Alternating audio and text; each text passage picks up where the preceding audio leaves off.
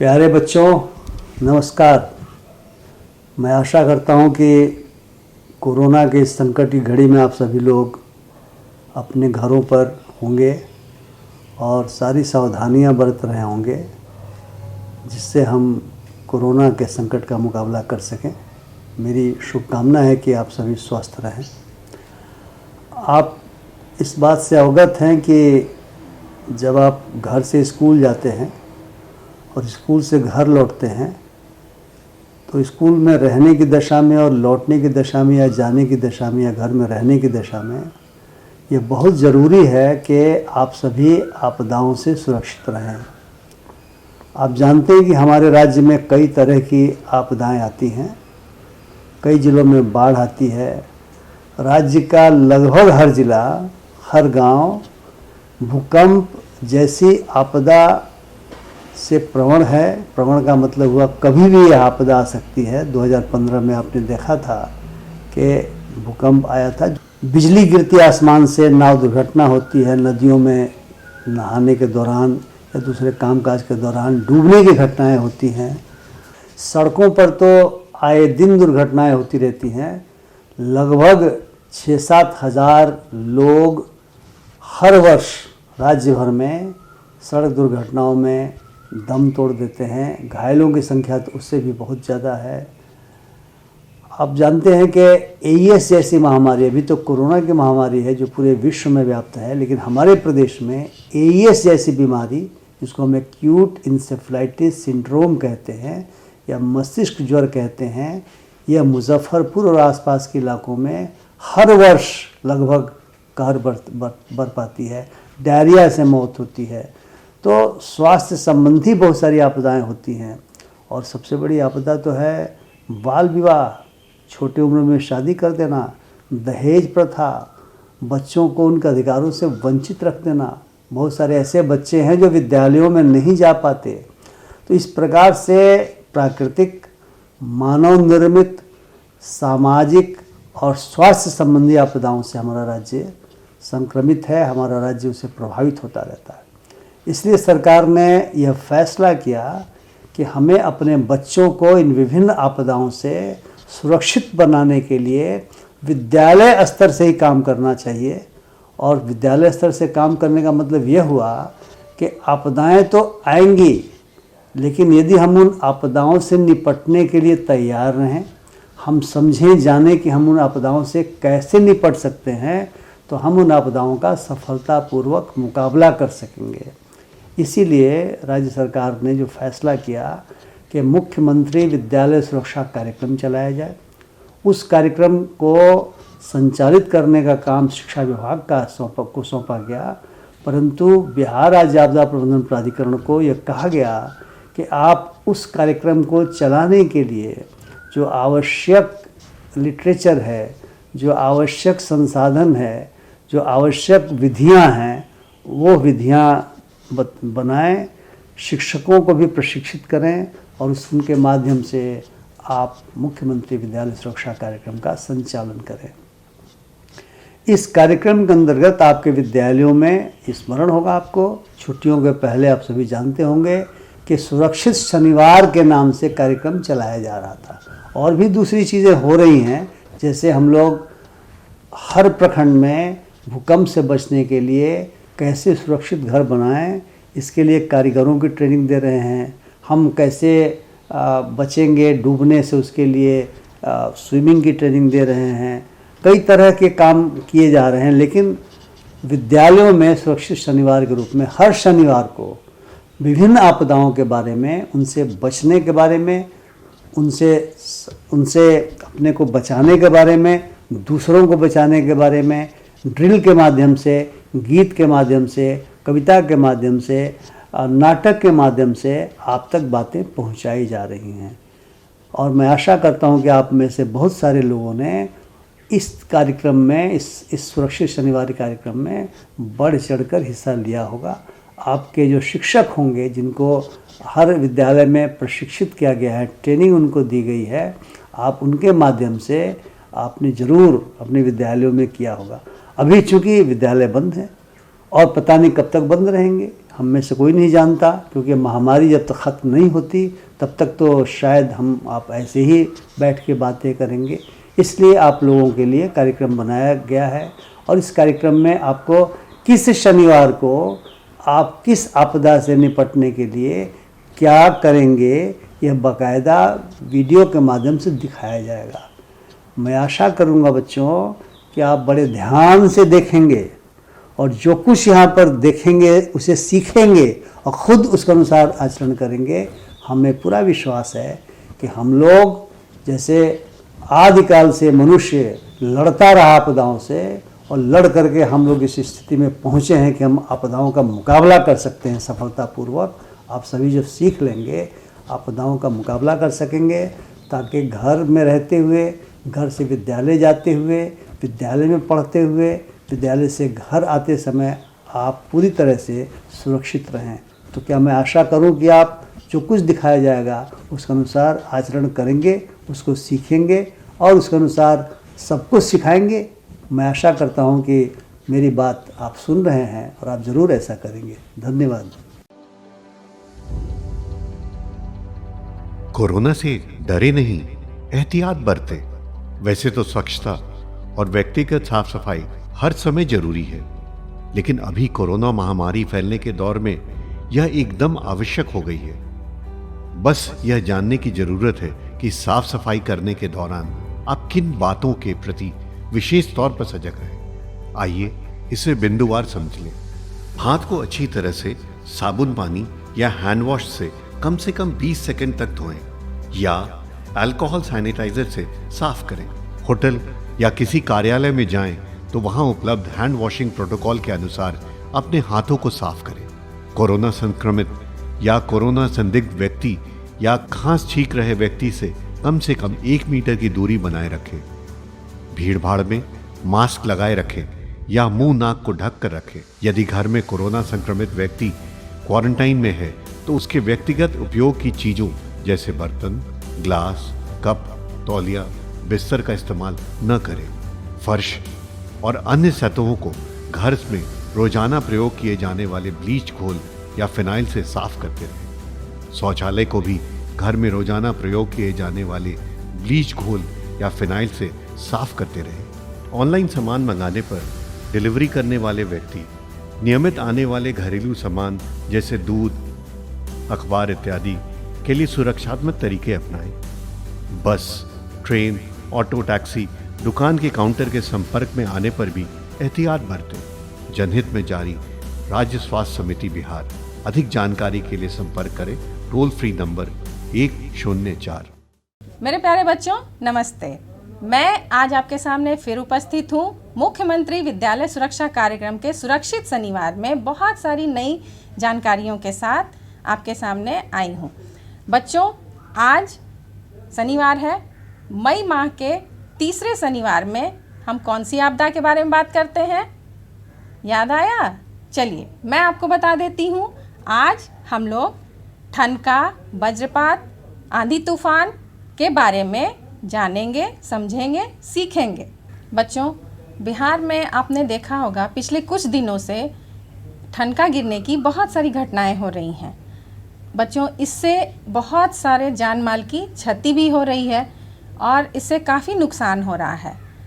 तो आज हम देखेंगे कि इस आपदा से बचने के लिए हम क्या करें, क्या ना करें। बच्चों, आप अभी इस समय घर पर हैं। आप इसको देखिए, बड़े ध्यान से देखिए, समझिए, सीखिए कि इस आपदा से हम किस प्रकार अपने आप को और सभी लोगों को बचा सकते हैं। तो चलिए हम इस सत्र को आगे बढ़ाते हैं और हम जानते हैं कि हमें क्या करना चाहिए और क्या नहीं करना चाहिए। पढ़ने को बोलते हो तो पढ़ते हैं, बोलते हो तेज धूप में मत खेलो तो नहीं खेलते, बड़ों के पैर छुओ तो छूते हैं। हम आपकी सब बात मानते हैं। गर्मियाँ लौट आई हैं, अब आप भी हमारी एक बात मानो। धमकाओ चमकी बुखार को, चमकी बुखार को पहली धमकी। रात सोने से पहले बच्चों को खाना जरूर खिलाओ। चमकी को दूसरी धमकी। सुबह खुद जागो तो बच्चों को भी उठाओ, कहीं बेहोशी या चमक तो नहीं। चमकी को तीसरी धमकी। बेहोशी या चमक दिखते ही 102 पे फोन करके एम्बुलेंस बुलाओ या नजदीकी गाड़ी से तुरंत अस्पताल ले जाओ। तो फिर कस लो कमर, उठा लो लाठी, चमकी को धमकी देने की कर लो तैयारी। मेरे प्यारे बच्चों, नमस्ते। आज हम लोग वज्रपात या ठनका और चक्रवाती तूफान या तेज आंधी के बारे में जानकारी प्राप्त करेंगे। आप लोग तो परिचित ही हैं कि आकाश में बिजली चमकती है, बहुत तेज आवाज होती है या गर्जना होती है। कभी कभी तो बहुत डरावना मौसम हो जाता है, बिल्कुल काले बादल, तेज आवाज के साथ गर्जन एवं बिजली चमक रही होती है। तो आज हम इसी के बारे में बात करेंगे। आप ये चित्र देख रहे होंगे, आपको देखने से ही पता चल रहा होगा कि ये आकाश की बिजली चमक रही है। तो हम आगे इस पे बात करते हैं। और आप ये दूसरा चित्र देख रहे हैं कि बिजली बादलों के अंदर ही चमक रही है। ये बिजली नीचे धरती पे नहीं आ रही है, ये बादल के बीच में ही बिजली चमक रही है। तो इन सब के बारे में आज भी जानकारी प्राप्त करें। वज्रपात क्या है? हमारे वायुमंडल में बादलों एवं पृथ्वी की सतह के बीच होने वाला एक विद्युत प्रवाह है।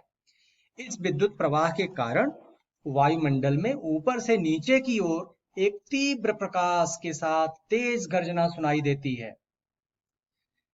तीव्र प्रकाश के साथ जो प्रवाह पृथ्वी पर आता है, इसी को बिजली गिरना कहते हैं, ये वज्रपात कहते हैं या ठनका का गिरना कहते हैं। अब ये जानकारी हमें होनी चाहिए कि ये किस कारण होता है।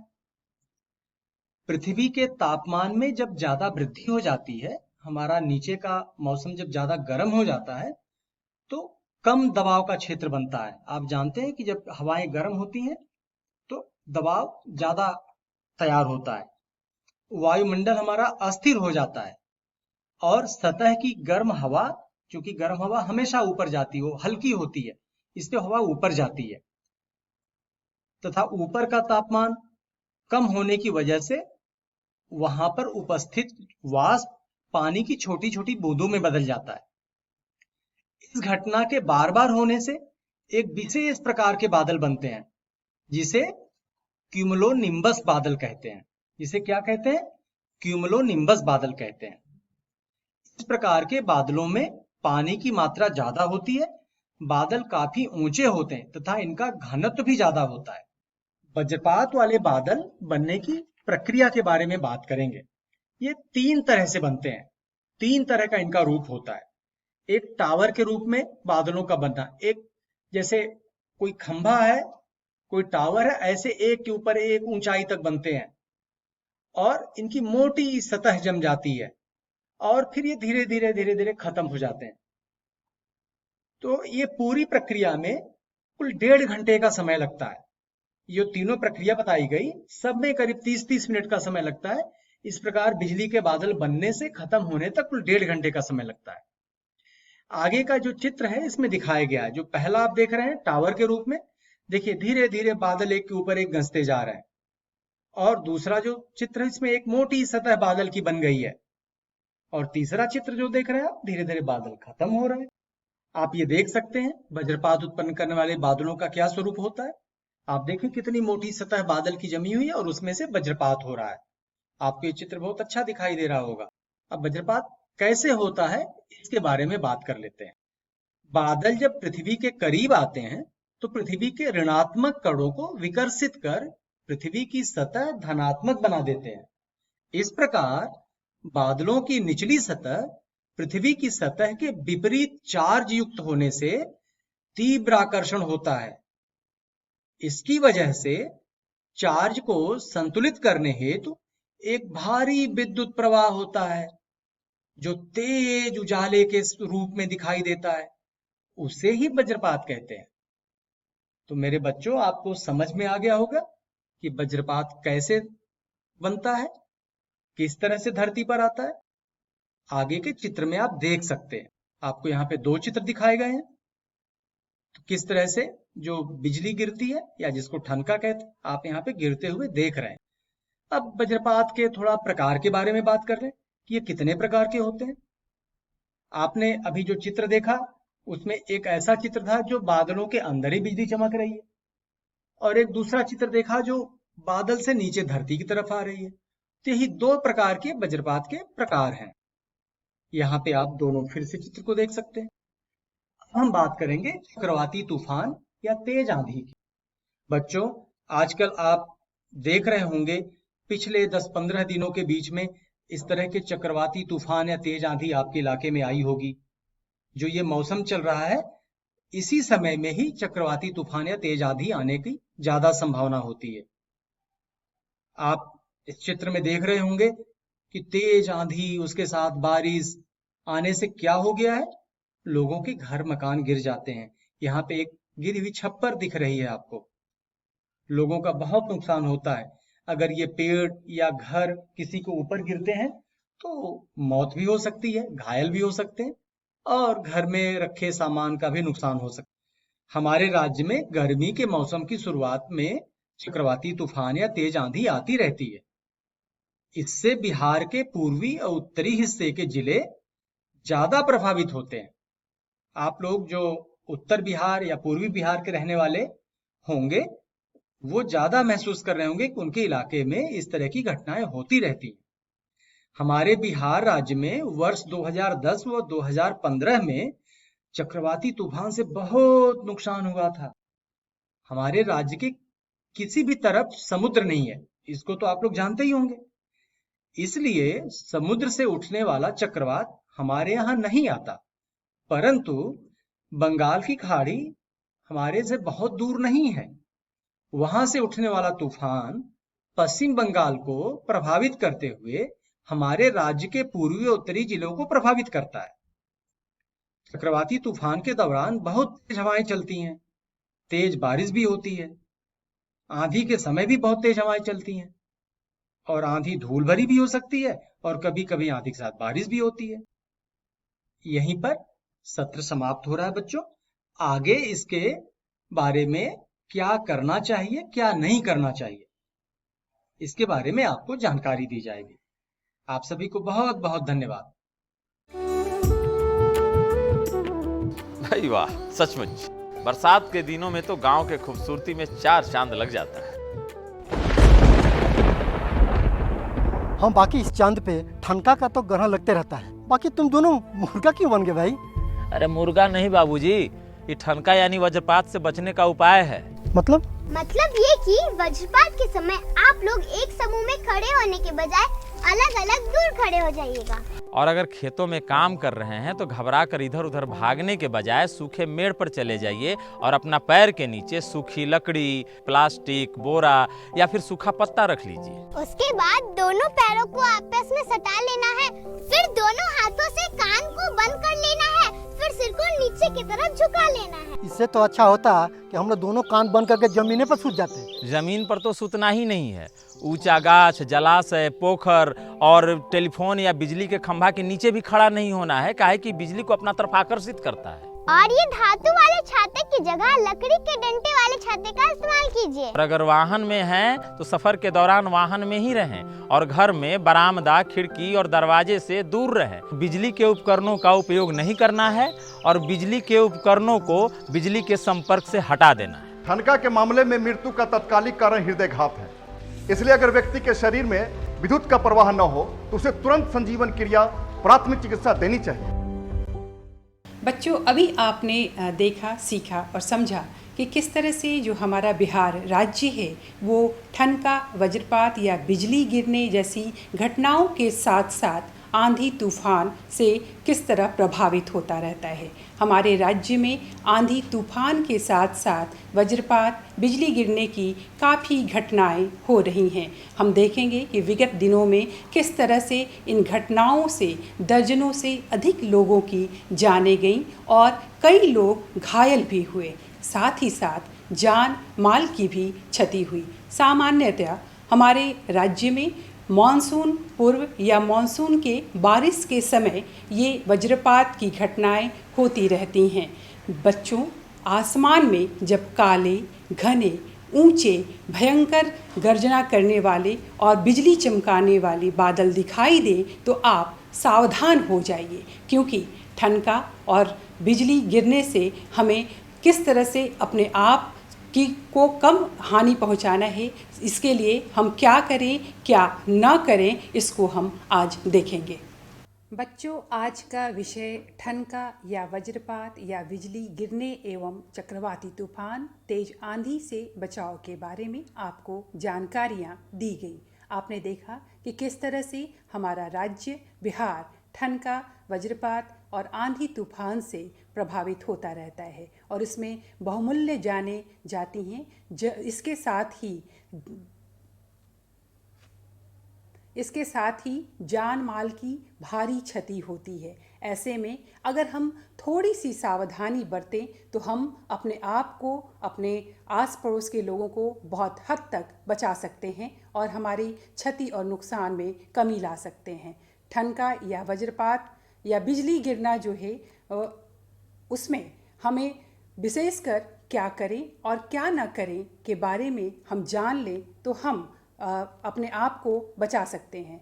यदि आप खुले जगह में हैं तो जल्द से जल्द किसी पक्के मकान में चले जाएं। अगर कुछ बच्चों के साथ खड़े हों या खेल रहे हों तो आपस में कम से कम 15 फीट की दूरी बना लें। ऐसी वस्तुएं जो बिजली की सुचालक हैं उससे दूर रहें। बिजली कड़कने की स्थिति में ऊंचे इमारत वाले क्षेत्रों के तरफ ना भागें। बिजली या टेलीफोन का खंभा, तार से घेरा हुआ बाड़, कोई लोहे का मशीन, कृषि यंत्र आदि धातु से बनी चीज़ों से दूर रहें। मोबाइल फ़ोन का उपयोग कदापि ना करें। तालाब और पोखरों से भी दूरी बनाए रखें। यदि आप जंगल में हैं तो बौने एवं घने पेड़ों के शरण में चले जाएं। ऊंचे पेड़ों से बिल्कुल दूर हो जाएं। जमीन पर कदापि न लेटें। लोहे या स्टील की डंडी वाले छातों का उपयोग न करें। अगर आप वाहन चला रहे हैं तो वाहन रोककर उसी में ही बने रहें। यदि आप खेत खलिहान में काम कर रहे हों तो सुरक्षित स्थान पर चले जाएं। बिजली कड़कने की स्थिति में जो जहां है वहीं रहे। हो सके तो पैरों के नीचे सूखी चीज़ें जैसे लकड़ी, प्लास्टिक, सूखी बोरी या सूखे पत्ते रख लें। अगर बिजली कड़कने का आभास हो तो अपने दोनों पैरों को आपस में सटा लें और दोनों हाथों से कानों को बंद कर अपने सिर को जमीन की तरफ यथासंभव झुका लें, लेकिन शरीर को जमीन से न सटाएं। बच्चों, जैसे हम उकड़ू बनते हैं उस स्थिति में, और हमारी ये कोशिश होनी चाहिए कि हमारा शरीर बिल्कुल एक दूसरे से सटा हो, पैर जमीन पे हो और हम बाकी झुकाकर सटे रहें तो हम बिजली से कम प्रभावित हो सकते हैं। यदि हम घर पे हैं तो ऐसे में घर के खिड़की दरवाज़ों को बंद कर लें। खिड़कियां, दरवाजे, बरामदे एवं छत से दूर रहें। मोबाइल फ़ोन का उपयोग कदापि न करें। पानी का नल, फ्रिज, टेलीफोन, टेलीविज़न एवं अन्य बिजली के उपकरणों आदि को न छुएं। ठनका से घायल व्यक्ति को तुरंत नज़दीक के प्राथमिक चिकित्सा केंद्र पर ले जाएं। और हाँ, ये याद रखें कि जो व्यक्ति प्रभावित हुआ है ठनका से, उसे सीधे न छुएं, क्योंकि उसके शरीर के अंदर विद्युत का प्रवाह होता रहता है और यह हो सकता है कि आप भी उससे प्रभावित हो जाएं। तो सबसे पहले आप ये देख लें कि उसके पास कोई धातु वाली चीज़ तो नहीं है। अगर है तो सावधानी पूर्वक उसे निकाल लें। बच्चों, यदि आप पानी में हैं तो आप तुरंत बाहर निकल जाएं और साथ ही साथ स्थानीय रेडियो और एवं अन्य समाचार साधनों से मौसम की जानकारी प्राप्त करते रहें। बच्चों, ये तो हुई वज्रपात और बिजली गिरने से संबंधी जानकारी, जिसमें क्या करें क्या ना करें। इसे अगर हम अपनाएं तो हम बहुत हद तक अपने को सुरक्षित कर सकते हैं। आइए बच्चों, अब हम जानें चक्रवाती तूफान और तेज आंधी के दौरान हमें क्या करना है और क्या नहीं करना है। जैसे हम देख रहे हैं कि किस तरह से ये आप तस्वीर देख रहे हैं बच्चों कि कितनी भारी क्षति हुई है, कितना बड़ा नुकसान हुआ है। ये बच्चा जो कि बेघर हो गया है इस आंधी तूफान में। एक अगले तस्वीर में हम देख रहे हैं कि कितना ज़्यादा, कितनी तीव्र गति से ये आंधी हमारे राज्य को प्रभावित कर रही है। सारे पेड़ वृक्ष गिर गए हैं, आवाजाही के साधन जो हैं वो सब बंद हो गए हैं। लोगों को कितनी कठिनाइयों का सामना करना पड़ता है। आप ये देख रहे हैं बच्चों, ये तस्वीर भी कि किस तरह से ये जो कच्चे मकान हैं, पेड़ है, बिजली की तार, खंभे वो गिरते हैं और तेज आंधी तूफान में काफ़ी नुकसान होता है। अब हम देखें कि इस दौरान हमें क्या करना चाहिए। तो आइए, सबसे पहले यदि अब हम घर में हैं तो घर में ही रहें। घरों में निचले तल्ले पर ही रहना सुरक्षित है। घर के खिड़की दरवाजे बंद कर लें। रेडियो और टीवी पर मौसम के साफ होने का संदेश प्रसारित होने का इंतज़ार करें। जहां आंधी तूफान ज़्यादा आती हो तो वहां स्टील के चादर वाली ढालदार छतों वाला मकान का निर्माण करने का सलाह अपने अभिभावक को दें। क्या न करें? यदि घर से बाहर हैं बच्चों तो पुराने एवं जर्जर घरों और पेड़ों के नज़दीक ना खड़े हों। किसी भी प्रकार के बिजली और टेलीफोन के खंभों के नीचे ना खड़े हों और इसके गिरने से शरीर में चोट लग सकती है और आप घायल हो सकते हैं। यदि खुले स्थान में हैं तो किसी छतदार मकान के नीचे खड़े हो जाएं। यदि आप किसी गाड़ी में हैं तो गाड़ी से बाहर नहीं निकलें और गाड़ी को वैसी जगह खड़ी करें जहां पे बड़े वृक्ष एवं बिजली के तार या खंभे नहीं हों।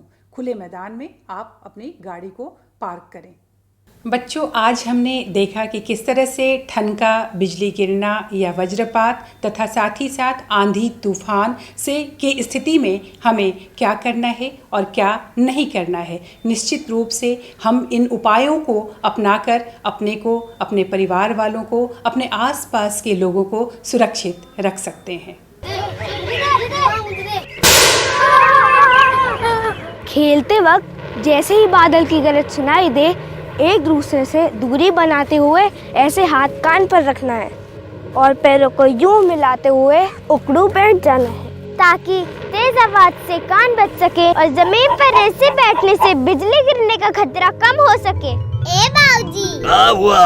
ये बच्चे हमारी नकल काहे कर रहे हैं? ये नकल नहीं है। बिजली जब बहुत करीब होती है तो ये उससे बचने का तरीका है। अब तुम सर मत खाओ, दरबे की तरफ भागो।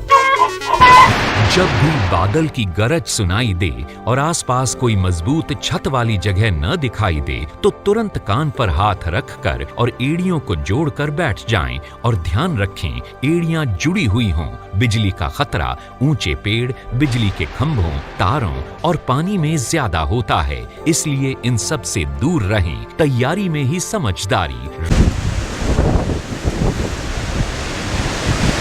नुक्कड़ नाटक के माध्यम से वर्षा के समय वज्रपात से कैसे बचाव किया जाए इस संबंध में बताया जाएगा और लोगों को जागरूक किया जाएगा। और लोगों से आग्रह है कि इस कार्यक्रम को अवश्य देखें और लोगों को भी देखने के लिए उत्प्रेरित करें। ठीक है चलो मिलेगा।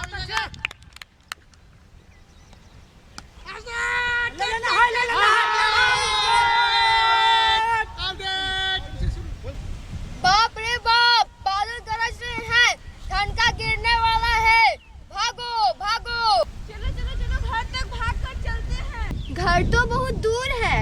किसने कहा था इतनी दूर मैदान में खेलने के लिए? जब तक हम घर जाएंगे ठनका तो गिरने लगेगा। तो फिर हम क्या करें? अरे करना क्या है, चलो वहाँ पेड़ के नीचे छिप जाते हैं, ऊंचा वाला पेड़ के नीचे। वहाँ पर हम लोग बारिश से भी बच जाएंगे और ठनका से भी बच जाएंगे।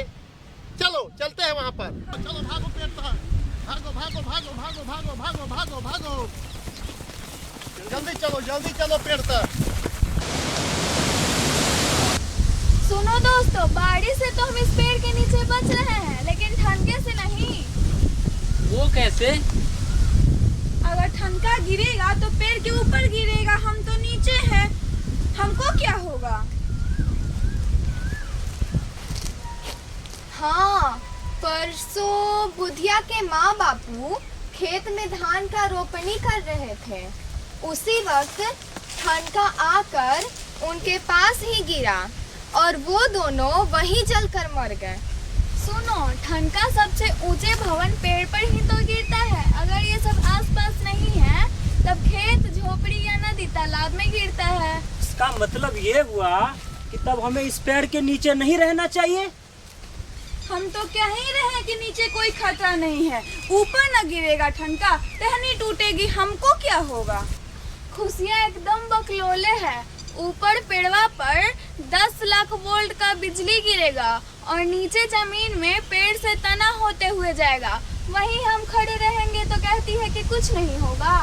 सुनो सुनो, एक बिशंबरपुर गांव में एक बूढ़ी दादी ठनका से जब झुलस गई थी तो वो अपने झोपड़ी में चाय बना रही थी।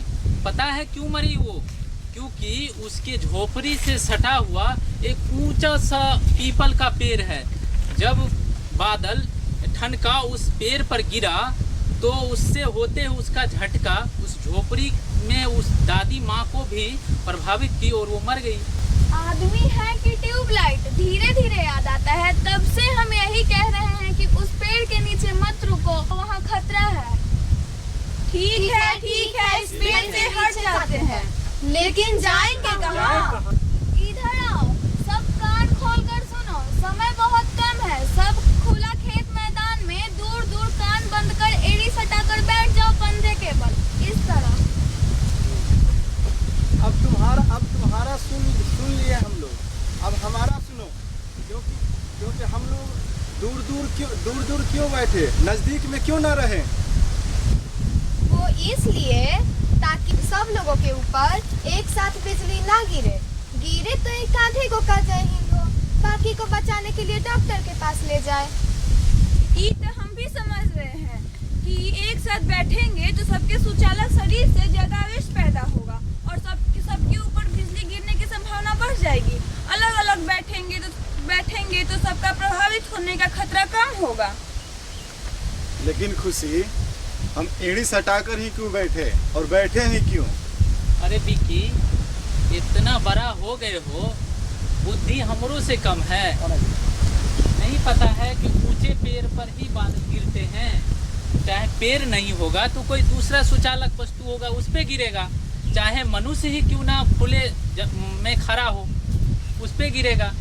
यदि इससे बचाव के लिए अपनी आकार जितना कम से कम कर सको उतना खतरा कम से कम होगा। वो तो ठीक है कि हम बैठ जाएंगे तो हमारी लंबाई कम हो जाएगी और हमारे ऊपर बिजली गिरने की खतरा भी कम हो जाएगी। लेकिन एड़ी सटाकर क्यों बैठे? कुछ भी बोलकर हम लोग को बेवकूफ बना देते हो। आसपास कहीं भी बिजली गिरती है तो धरती से बिजली के करंट फैलती है। उस समय अगर पंजे के बल बैठोगे तो हमारा शरीर जमीन में कम संपर्क करेगा और खतरा कम होगा। ये ठीक किए हैं, छाता लगा के ठनका से बच लेंगे। अरे छाता और मोबाइल मेटल से बना हुआ होता है। बिजली के ठनके की बिजली को अपनी ओर आकर्षित करता है। ये गया के फतेहपुर में पिछले 26 जून को ट्यूशन पढ़ रहे एक बच्चे की मौत हो गई। पता है क्यों? क्योंकि वो मोबाइल फोन का इस्तेमाल कर रहा था। मोबाइल फोन ने ठनके को अपनी ओर आकर्षित कर लिया। इसी कारण वज्रपात या वर्षा होते समय हमें कभी भी मोबाइल फोन का इस्तेमाल नहीं करना चाहिए। एक बात और है दोस्तों, अगर कोई नदी, तालाब या पानी में हो तो बिजली कड़कने के समय तुरंत रोपनी करना, मछली मारना छोड़कर बाहर सूखे में आ जाइए। अगर किसी के आसपास वज्रपात हो जाए और वो घायल हो जाए तो हमें क्या करना चाहिए? तो हम क्या करेंगे? भाग जाएंगे। हम कोई डॉक्टर थोड़ो है जो उसका इलाज करेंगे। अरे नहीं, जो ठनका से प्रभावित हुआ है उससे डरना नहीं है, उसे प्राथमिक चिकित्सा की आवश्यकता होती है। अरे करेंगे क्या, ये तो बताओ। अरे भाई देखो, जब ठनका गिरता है तो ऐसा नहीं है कि उसमें जो ठनका जिसके ऊपर गिरता है वो मर ही जाता है। कई बार ऐसा होता है कि ठनका गिरने के बाद वो आदमी घायल हो जाता है। जो घायल आदमी हो गया उसका उपचार करेंगे और क्या करेंगे? इलाज तो डॉक्टर ही करेंगे, हम तो प्राथमिक चिकित्सा देने की बात कर रहे हैं। घायल व्यक्ति का हाथ पांव थंडरिंग से जल गया है तो उस पर साफ कपड़े से पट्टी कर देंगे। सबसे पहले जहाँ पे घाव है वहाँ पे साफ कपड़ा से हम पट्टी कर देंगे। अगर व्यक्ति बेहोश हो गया हो या फिर घबरा गया हो तो फिर हम उसका दोनों पैर को 1 फीट हम ऊपर कर देंगे, ऐसे कर देंगे, ठीक है? अच्छा, हम कैसे जानेंगे कि ये घायल व्यक्ति बेहोश हो गया है या मर गया है? आसान है भैया। पहले घायल व्यक्ति के गर्दन के पास जो कैरोटिड पल्स होता है उसको परखेंगे, सीने पे कान रखकर धड़कन को महसूस करेंगे। अरे ये तो जीवित है।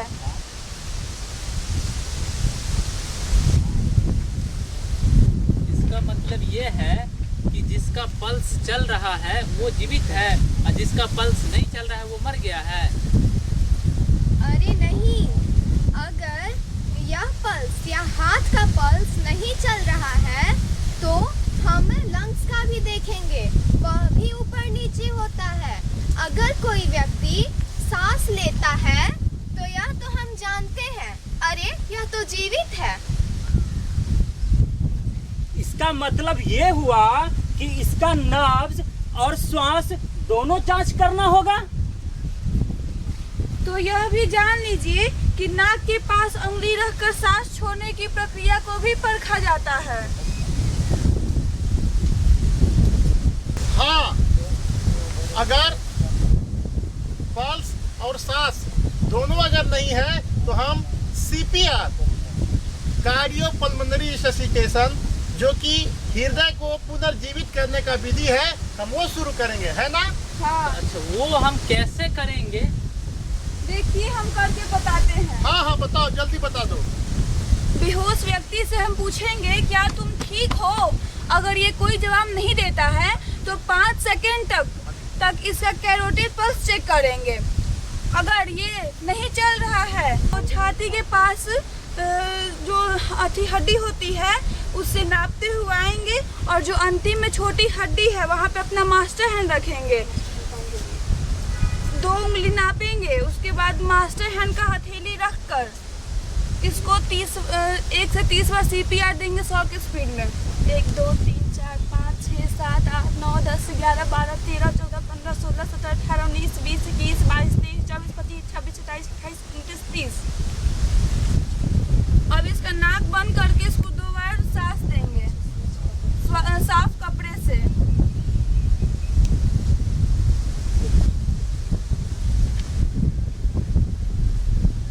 अब इसका कैरोटिड पल्स चेक करेंगे। अगर ये नहीं चल रहा है तो इसको दोबारा CPR देंगे।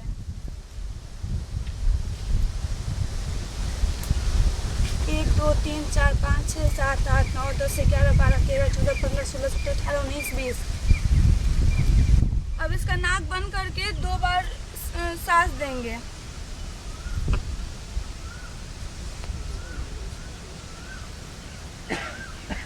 अब इसका कैरोटिड पल्स चेक करेंगे।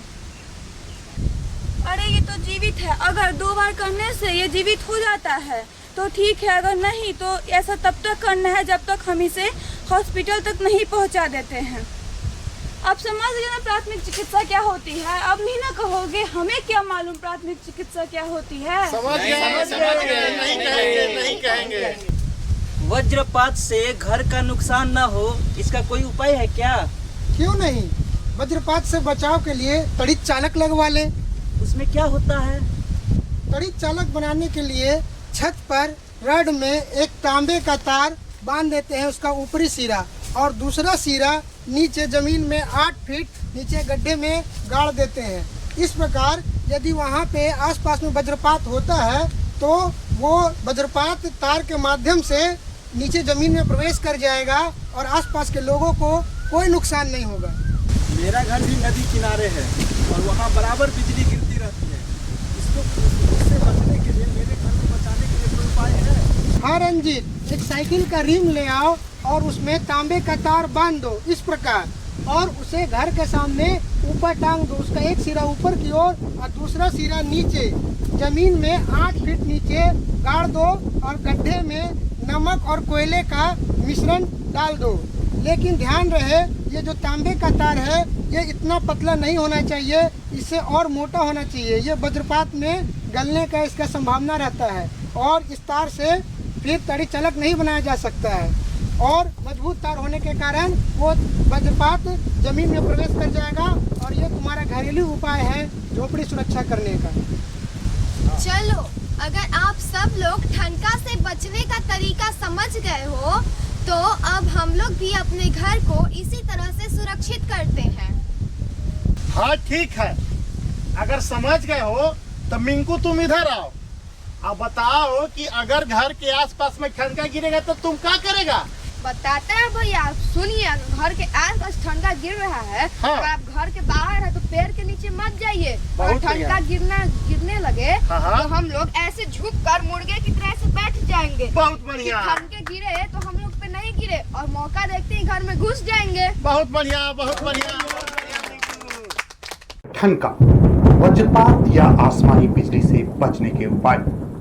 इस दौरान पेड़ के नीचे ना खड़े हों, बिजली के खंभों और वृक्षों से दूर रहें, धात्विक वस्तुओं से भी दूरी बनाए रखें, विद्युत उपकरणों का उपयोग ना करें, मोबाइल व टेलीफोन का उपयोग नहीं करें, जंगल में होने पर निचले स्थान या घाटी क्षेत्र में रहें, लेकिन वहां आकस्मिक बाढ़ से भी सावधान रहें, किसी पहाड़ी की चोटी पर खड़े ना रहें, किसी जल स्रोत में तैर या नहा रहे हैं तो उससे निकलकर भूमि पर आ जाएं।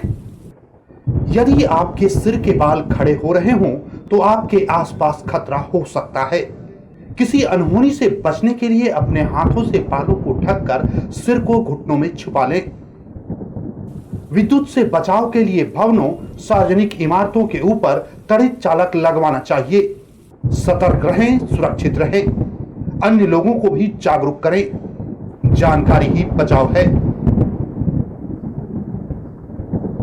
मेरे प्यारे बच्चों, कोरोना वायरस के संक्रमण से पूरा विश्व जूझ रहा है और इस महामारी के कारण न केवल अपने राज्य बिहार में बल्कि पूरे देश और पूरे विश्व में मानव सभ्यता का संकट उत्पन्न हो गया है। मानव संस्कृति को नई तरीकों के साथ जीने की आवश्यकता आन पड़ी है। मैं आप लोगों को आज ये जानकारी देना चाहूँगा कि बिहार सरकार के द्वारा जलवायु परिवर्तन की चुनौतियों से निपटने के लिए, पारिस्थितिकी संतुलन को बढ़ाने के लिए जल जीवन हरियाली अभियान प्रारंभ किया गया है।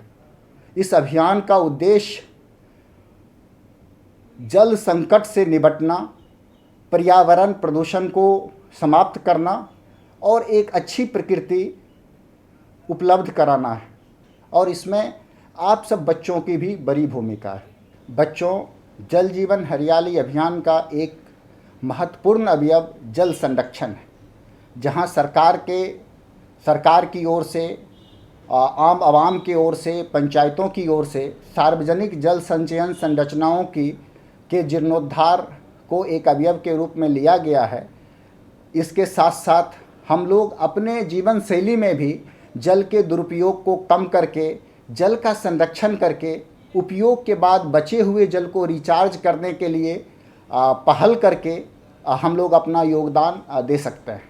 जहाँ की आप लोग जानते हैं कि जितने भी हमारे सार्वजनिक चापाकल हैं, सार्वजनिक जल स्रोत के संरचना हैं, उसके किनारे सोख्ता और रिचार्ज स्ट्रक्चर बनाने को इस अभियान के रूप में शामिल किया गया है। आपके विद्यालयों में भी रेन वाटर हार्वेस्टिंग के माध्यम से चापाकल के किनारे सोख्ता और रिचार्ज संरचना बना करके जल संरक्षण का कार्य किया जा रहा है। हम लोग भूमिगत जल को अगर रिचार्ज करते हैं तो हमारे उपयोग के लिए वह उपलब्ध रह पाता है। अगर हम वर्षा के जल को सिंचित करके भूमिगत जल के रूप में रिचार्ज करके रख पाते हैं तो वो हमारे उपयोग के लिए उपलब्ध रहता है। तो इसे हम लोग अपने जीवन शैली में अपनाएं। वर्षा के जल को व्यर्थ बह कर के समुद्र में जाने से रोकने के लिए हमें पहल करनी होगी। और जहाँ कहीं भी हम लोग इसको रिचार्ज कर पाएंगे तो वो हमारे मानव सभ्यता के लिए ये अमृत की बूंदें हमेशा उपलब्ध रहेगी। मैं आप लोगों को इस बारे में बताना चाहूँगा कि इस अभियान का एक महत्वपूर्ण अवयव पौधशाला सृजन एवं वृक्षारोपण भी है। यहाँ पर भी आप लोगों की बड़ी भूमिका हो जाती है, क्योंकि प्रकृति में मानव सभ्यता की हम परिकल्पना भी नहीं कर सकते हैं। अगर यहाँ पर वृक्ष नहीं होगी, हरियाली नहीं होगी, तो मानव सभ्यता की बात तो और छोड़िए, जीव जंतु भी नहीं रह सकते हैं। तो हम लोगों को इसलिए भी पहल करनी चाहिए कि हम लोग वृक्षारोपण को जहाँ भी हमारा परिवेश है, जहाँ हमारा घर है, जहाँ हमारा विद्यालय है, उसको हम लोग महत्व दें, वृक्षारोपण करें और उससे भी ज़्यादा ज़रूरी है कि उसका संरक्षण करें। प्यारे बच्चों, मैं आप सब लोगों को बहुत धन्यवाद देता हूँ। मुझे पूरा विश्वास है कि बिहार के बच्चे, पूरे भारतवर्ष के बच्चे मिलकर के अपने जीवन शैली के माध्यम से इस कोरोना का चैन तोड़ने में कामयाब होंगे और हम लोगों की जीत होगी और ये इस वायरस की हार होगी। आप लोगों को बहुत बहुत धन्यवाद। नमस्कार बच्चन साहब, आइए आइए आइए। हम लोग डोनेशन लेने आए हैं पर्यावरण के लिए। डोनेशन? जरूर जरूर। कहाँ है डोनेशन बॉक्स? ये रहा। मिल गया मैं डोनेशन। ये छोटे छोटे काम, यही तो है बड़ा दान। स्विच ऑफ हुआ यहाँ, अरे लाइफ ऑन हुई वहाँ। प्लास्टिक छोड़ झोला लिया, बचाए जीवों की जान।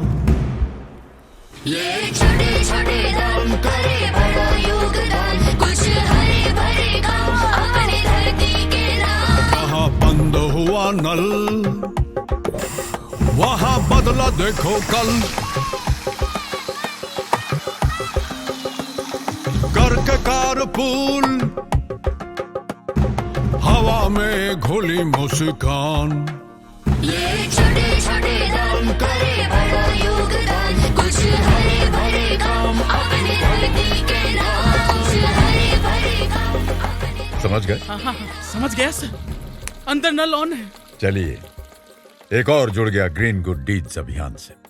हम सबको भी हर दिन करनी है ग्रीन गुड डीड्स, यानी कुछ हरे भरे काम अपनी धरती के नाम।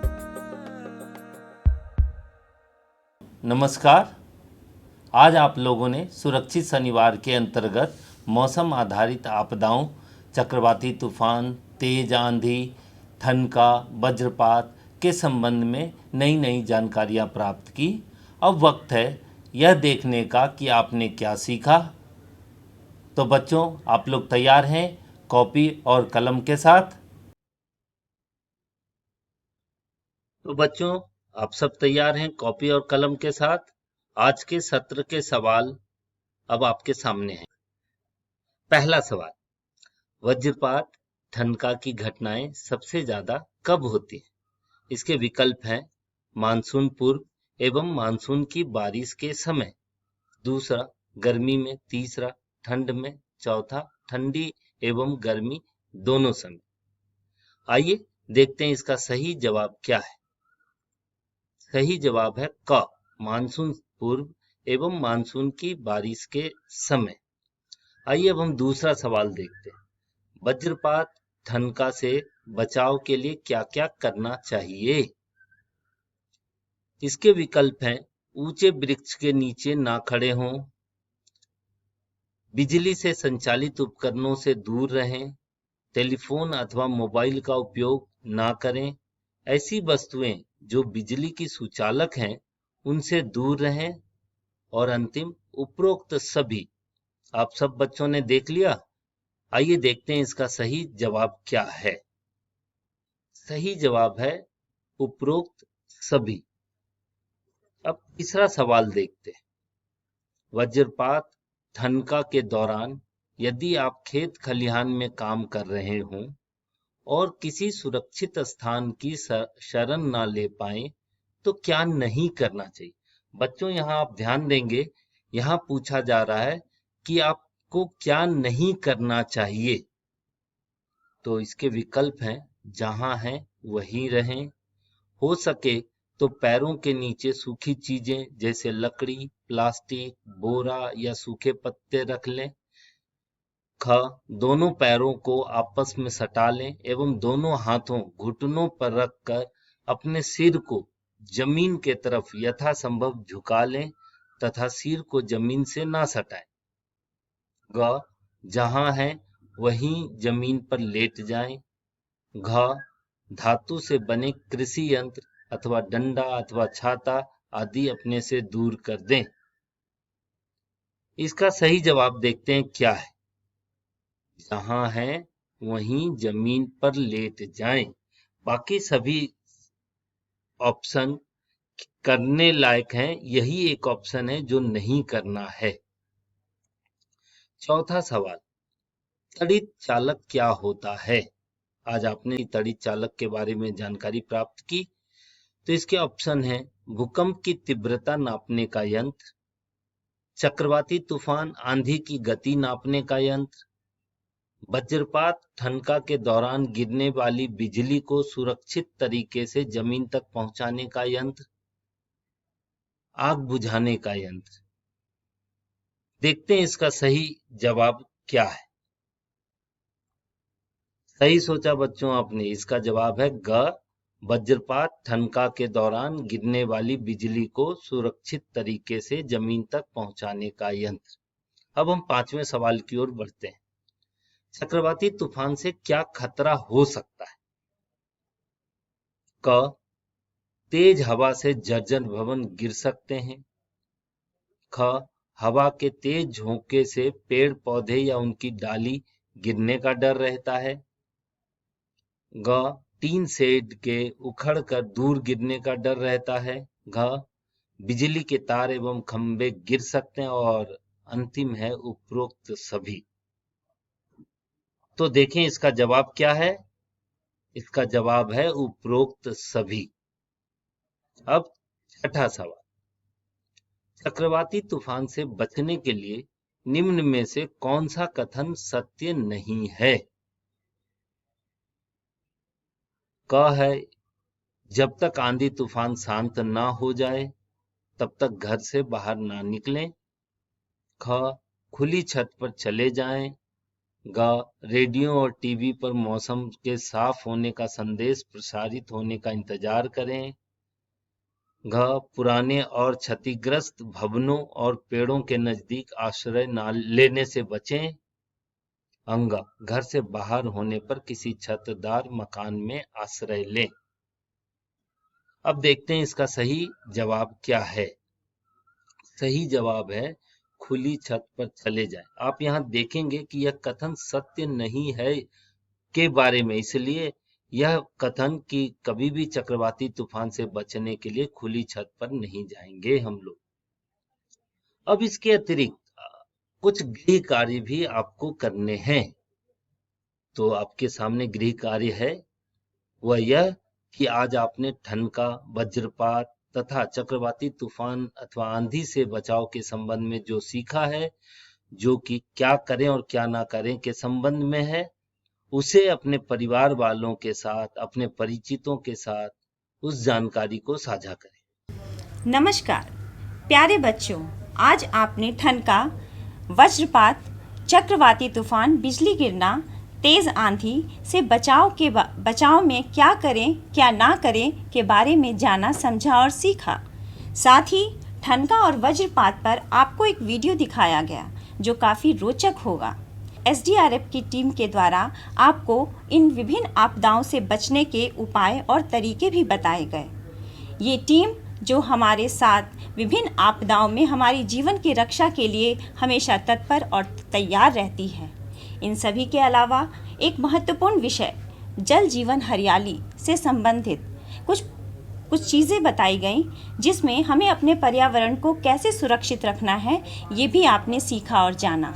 प्यारे बच्चों, आज आपने जो भी जाना और सीखा उससे संबंधित आपको कुछ प्रश्न पूछे गए और एक होमवर्क भी दिया गया जो आपको करना है। मुझे आशा है कि आज का ये कार्यक्रम आपको बहुत अच्छा लगा होगा।